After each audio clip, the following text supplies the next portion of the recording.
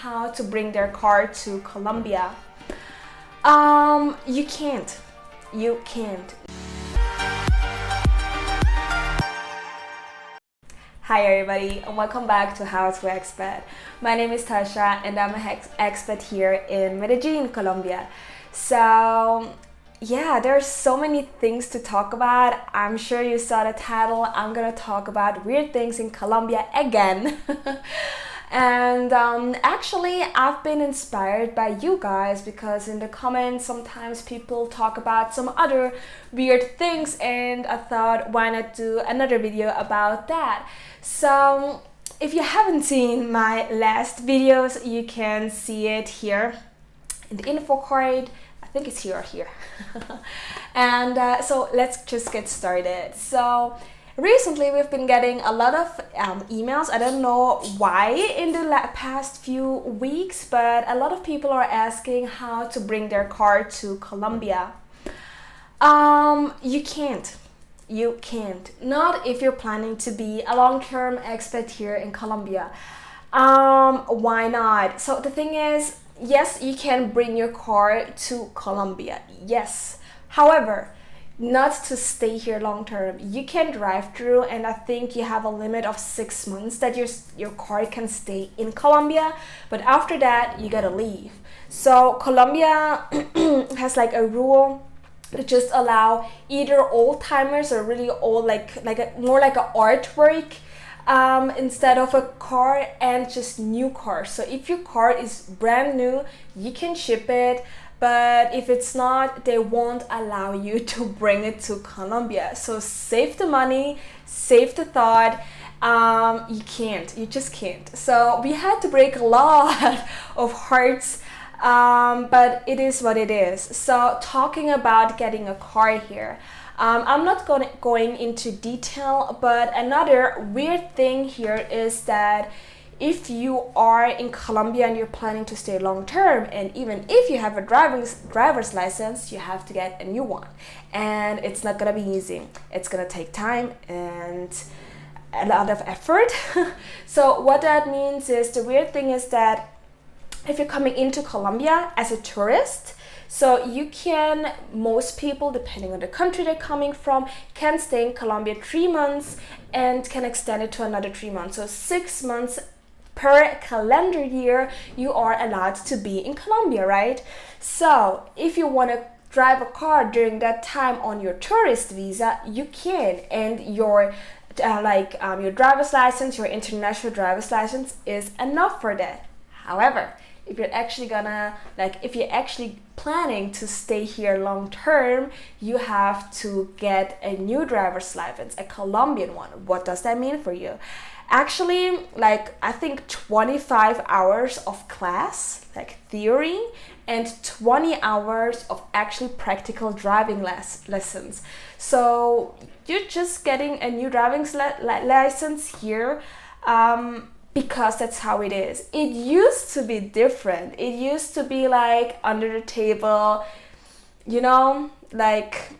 a little bit of money and you're good. However, that changed. Now you have to give your fingerprints, and because of that, there are some ways around. There are some gray zones. There are some people offering the easy way, the fast way, and it has worked for some expats. However, in Bogota, the same thing, a gray zone-ish company offered a fast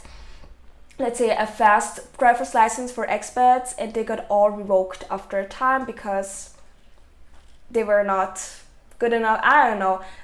Just know that if you're not going the official route, you can do it easier, you can do it faster, but you're never 100% sure that it's working in the long term, that this is actually legit.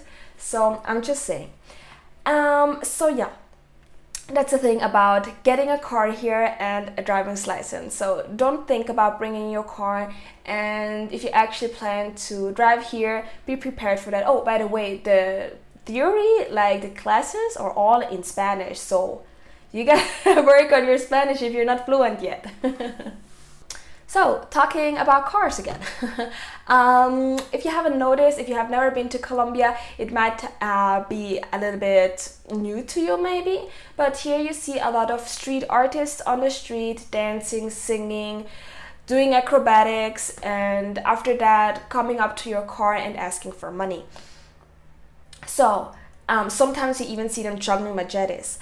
The thing is that you have also people that are selling like candies on the street or popcorn or whatever it is, and they actually put it on the front of your car. So, or most of the times actually in your car. So when you're the driver, the person's gonna pass you with whatever bag they have, like candies or whatever it is. They're gonna put it in the front of your, like where your steering wheel is, and just put it there.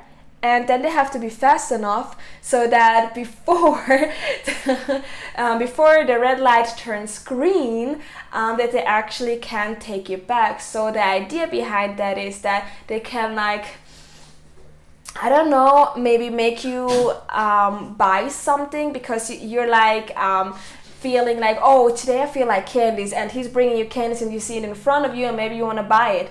So they're just putting it there. You don't have to do anything, and they're just gonna take it away if you don't want it. But just that you know, it's a normal thing to do. The same thing with the people that come to wash your windows. You have to be really persistent if you don't want them to wash it, and sometimes they just ignore it, especially if they know or see that you're a foreigner. They're just gonna wash your window of the car, and they still want money for that. So you still have to give them some coins, because I mean, they did the service even though you didn't ask for it. So that's important for you to know. Even though you didn't ask for the service, you're still gonna pay for it. So that's a really important thing for you to know, because it would be really rude not to pay. And it's not like a lot of money, it's like a few cents in dollars that you would give them usually, like not more than 2,000 pesos. Most people give less than that. Something that actually a subscriber mentioned in a comment was that most business of the same kind are like grouped together. What I mean by that is, for example, you're going to a food mall, and usually there are like several, at least two fried chicken stores next to each other. Maybe there's one store, like for example, there's the Subway. Like we have a food mall here, we have Subway, and next to it is Cubano, which is like the Colombian version of Subway. So they have the very same like food that they offer, which is sandwiches. And I noticed that a lot actually, that you have like a lot of streets full of, I don't know, clothing, and then other streets full of, I don't know, accessories, stuff like that. So same with the food, it's just like the same food. Like there are maybe 5 stores and 2 of them are the same food that they offer. It's just like the maybe international version and this local version, like Frisbee, which is like the Colombian KFC and KFC. I don't know where they're coming from, but I guess it works, otherwise they wouldn't do it. So the last thing is that I noticed, and that's for me as a curly girl, really interesting. So most people here, they flat iron their hair, they get like permanent like straightening treatments, like keratin treatments or however they call it. And I'm usually one of, like, you don't see a lot of curly girls here, especially in like the city area. Why is that? So I heard, and you can correct me on that, but I heard that most people here, and I'm speaking specifically about Medellin now, but I haven't seen a lot of curly girls in the Andes in general. At the coast is a totally different thing. Like at the coast, they're looking more like me. However, what I've heard is that curly hair looks like messy to the people here and like unprofessional.